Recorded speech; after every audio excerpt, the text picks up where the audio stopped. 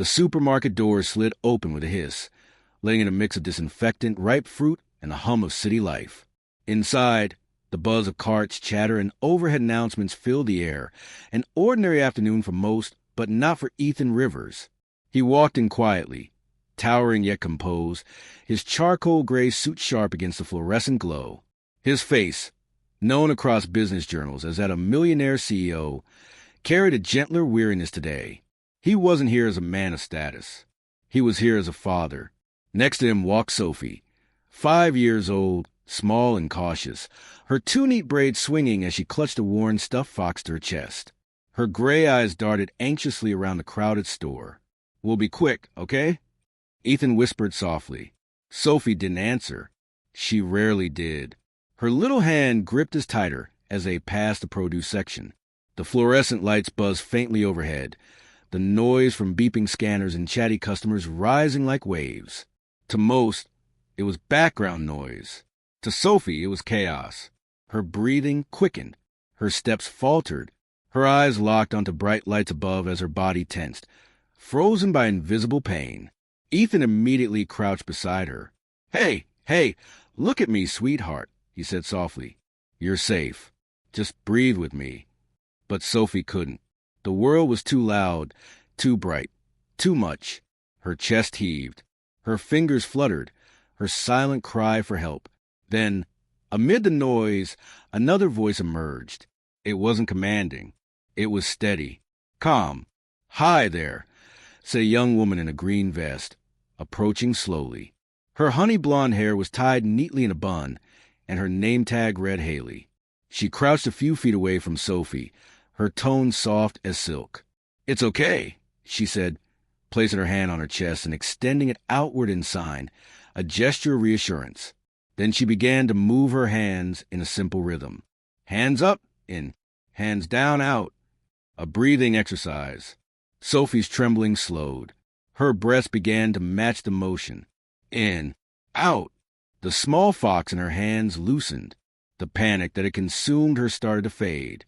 Haley smiled gently. "Safe," she signed.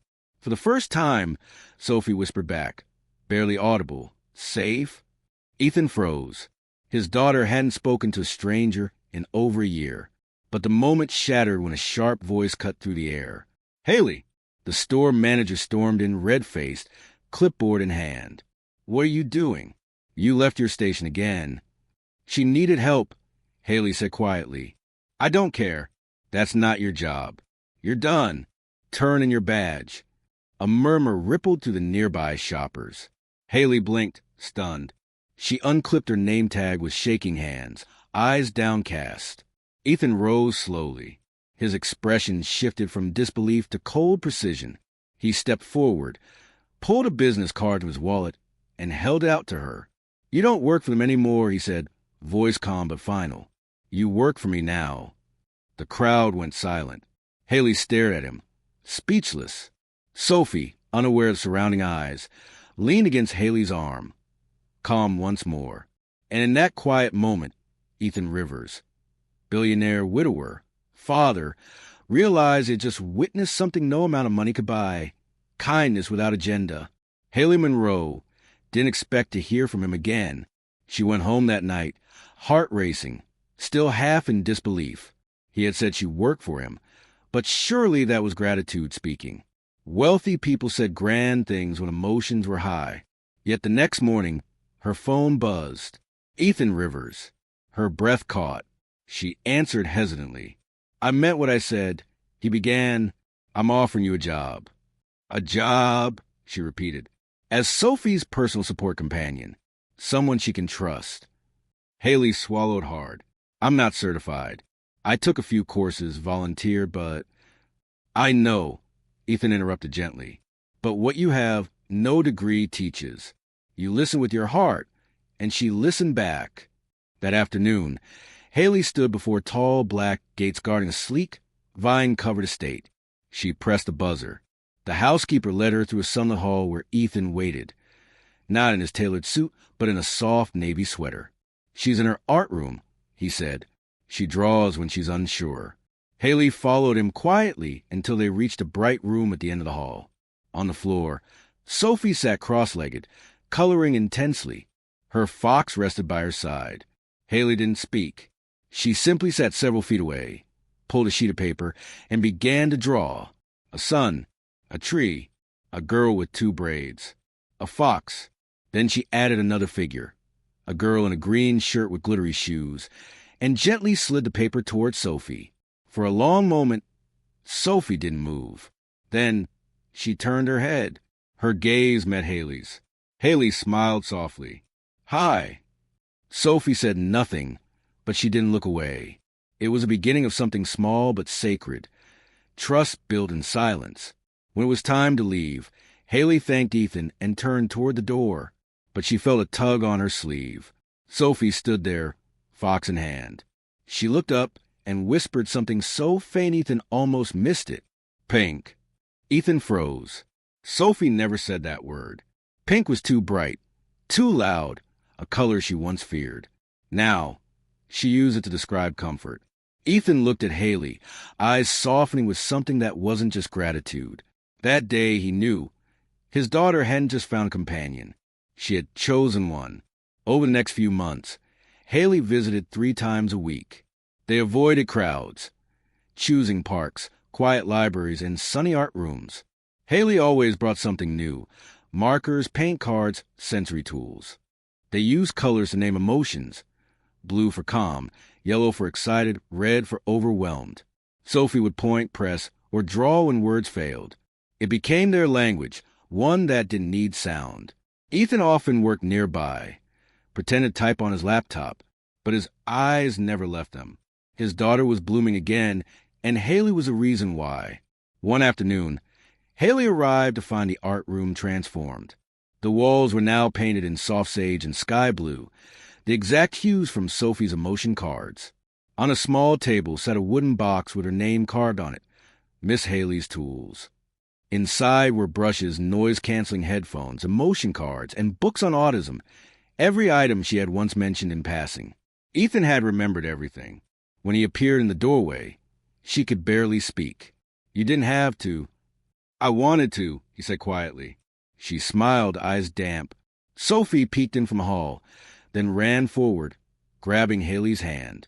Gently, she lifted Haley's arm and placed it around her shoulders, her way of hugging. Ethan's chest tightened. For the first time in years, his house wasn't filled with silence. It was filled with understanding. That night, the house glowed dim and peaceful. Sophie slept upstairs. Ethan and Haley sat across from each other on the couch, mugs of tea in hand. He hadn't planned to speak about Lena, but the quiet made room for truth. "She died the day Sophie was born," he said softly. "Complications." One moment she was holding my hand. The next he exhaled. I was holding a death certificate and a crying baby. Haley said nothing. She listened, really listened. I tried everything: therapy, specialist programs. Nothing worked. Sophie only spoke through drawings. He looked down at his cup. "So I buried myself in work. Built an empire out of grief. I thought success would make me a good father." When he fell silent, Haley finally spoke. "My little brother has ADHD," she said gently. "When our parents split, I raised him. Worked nights, studied days. There were times I wanted to fall apart, but I couldn't. Someone had to stay steady." Ethan looked at her, truly looked. "I learned," she continued softly, "that sometimes being strong just means staying when it hurts." The words stayed between them. Quiet, real. That night marked the first time Ethan shared his grief, and someone didn't flinch from it. One night, Sophie woke screaming, trapped in a nightmare. Haley, who had stayed over to help, rushed in. She didn't ask questions. She just gathered Sophie into her arms and hummed softly, a wordless lullaby. Her hum filled the room like a heartbeat. Slowly, Sophie's cries softened. Ethan, standing at the doorway, froze. He hadn't heard that sound, that kind of peace, in years. When Haley looked up, their eyes met. She reached out and touched his arm, grounding him. He didn't pull away. For the first time since losing Lena, Ethan allowed himself to be held, even in silence. Morning sunlight poured through the glass walls of the Rivers estate, filling the art room with soft warmth. Paintbrushes, crayon, and bright color cards lay scattered like tiny footprints of progress. Haley had just finished setting up a small, sensory-friendly workshop. The idea was simple: let Sophie explore textures, sounds, and colors freely. Today was special. Sophie had asked for it herself. Ethan entered quietly, sleeves rolled up, holding a tray of freshly cut fruit. He paused, smiling at the scene, his daughter laughing softly as she pressed her palms into clay, leaving little handprints behind. Haley sat beside her, coaxing new shades from the paint tubes. For the first time in years, Ethan saw joy without effort. No rehearsed smiles, no coaxing words, just pure, effortless peace. "Look," Sophie whispered suddenly, holding up her clay creation. "Us." It was small. 3 stick figures joined hand in hand. One tall, one small, one with wavy hair like Haley's. She placed a fox between them. Ethan's throat tightened. He crouched beside her and smiled. "It's perfect." Haley watched silently, emotion flickering behind her calm expression. Every day she spent here felt less like work and more like something she was meant to do. But life, as always, had its way of testing quiet happiness. That afternoon, a sleek black car pulled into the driveway. Out stepped Amanda Voss, Ethan's head of corporate relations, an elegant woman in a crisp white suit and 2 red lipstick. Her stiletto heels clicked across the marble like a countdown. She found Ethan in the study, reviewing blueprints. "You've missed 3 investor meetings," she said coldly. "Rumors are spreading that the Rivers Group is being run by an assistant now." Ethan leaned back. "I've been with Sophie. That's where I'm needed." Amanda's eyes narrowed. "Since when does playtime take priority over a billion-dollar company?" Haley appeared at the doorway with Sophie, who clutched her fox tightly. She froze as Amanda's voice rose. "And who's this?" Amanda sneered. "The new nanny?" Haley straightened.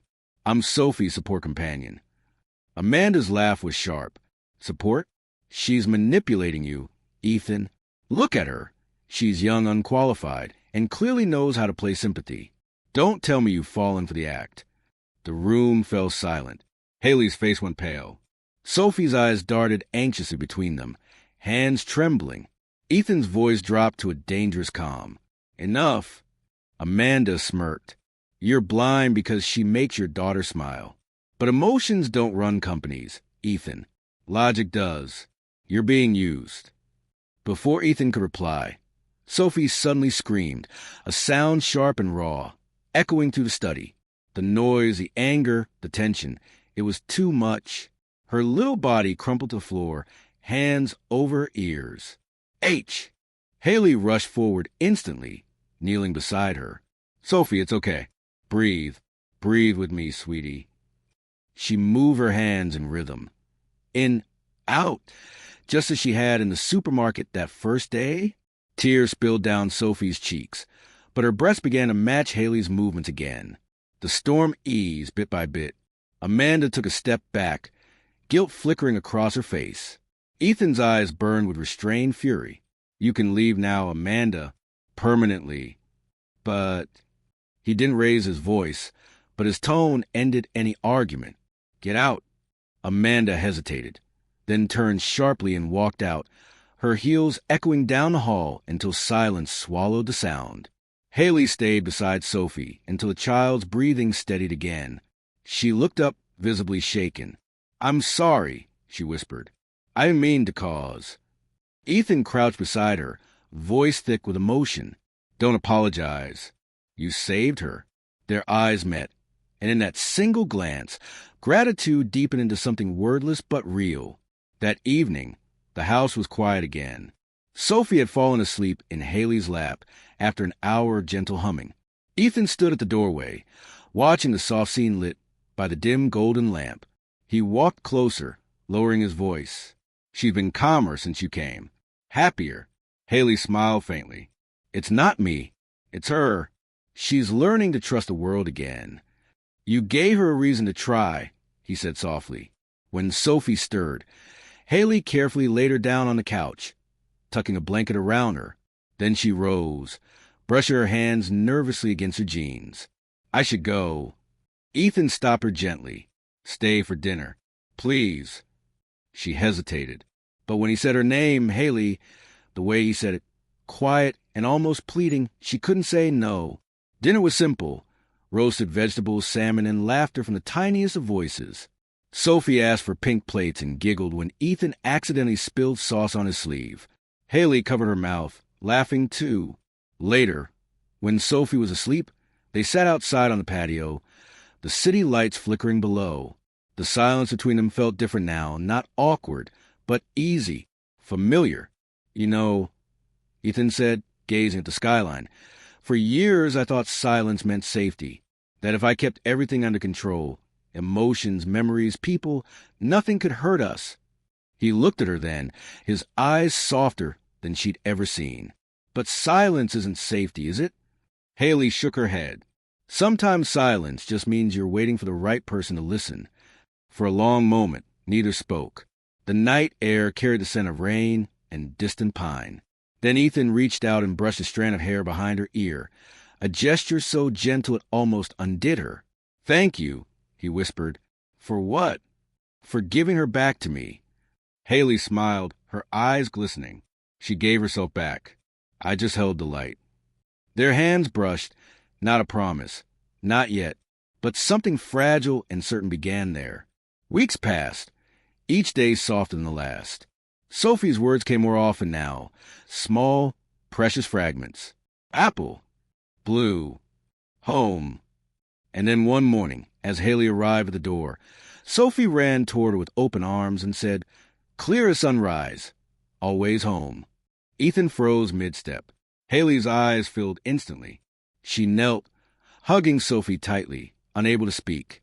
That afternoon, Ethan invited Haley into his study. On the desk sat an envelope. "What's this?" she asked. "An offer," he said. "Permanent position. Full benefits. Your own program under my foundation. Helping children like Sophie. You'll have full freedom to run it." Her hands trembled as she opened it. Inside was the official proposal, along with something smaller, a hand-drawn picture of the three of them. Ethan's handwriting at the bottom read, "Because home isn't walls, it's people." Haley pressed a hand to her chest. "Ethan, I don't know what to say." He smiled softly. "Say yes." Tears welled in her eyes.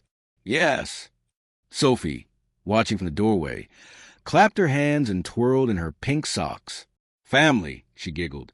Haley laughed through her tears, glancing at Ethan. "Family?" He nodded, his voice low.